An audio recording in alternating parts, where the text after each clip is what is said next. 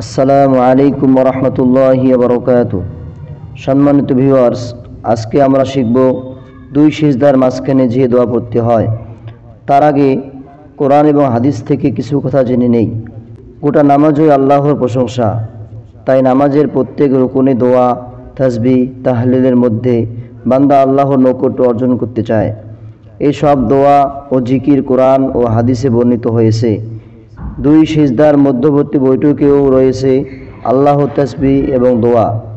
সিজদার মধ্যবর্তী বৈঠকের দোয়া হযরত ইবনে আব্বাস রাদিয়াল্লাহু আনহু বলেন, রাসূলুল্লাহ সাল্লাল্লাহু আলাইহি সাল্লাম দুই সিজদার মাঝে বলতেন, আল্লাহুম্মা গফিরলি ওয়ারহামনি ওয়াহদিনি ওয়াআফিনি ওয়ারযুকনি।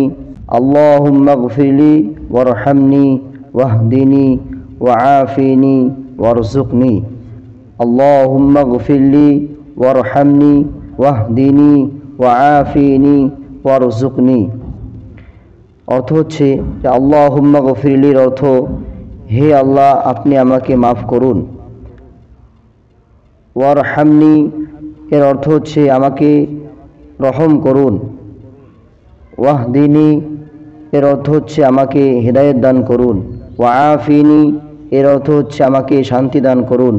ওয়ারযুকনি এর অর্থ হচ্ছে আমাকে রিজিক দান করুন।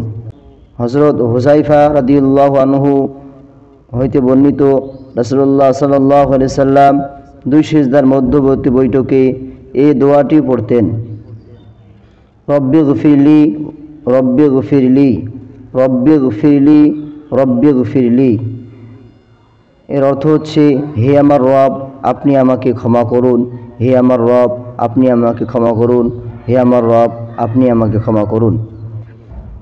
আল্লাহ তাআলার নিকট প্রার্থনা প্রত্যেক নামাজে সিজদার মধ্যবর্তী বৈঠকে আল্লাহ তাসবিহ তাহলিল করার আমাদের সবাইকে তৌফিক দান করুন।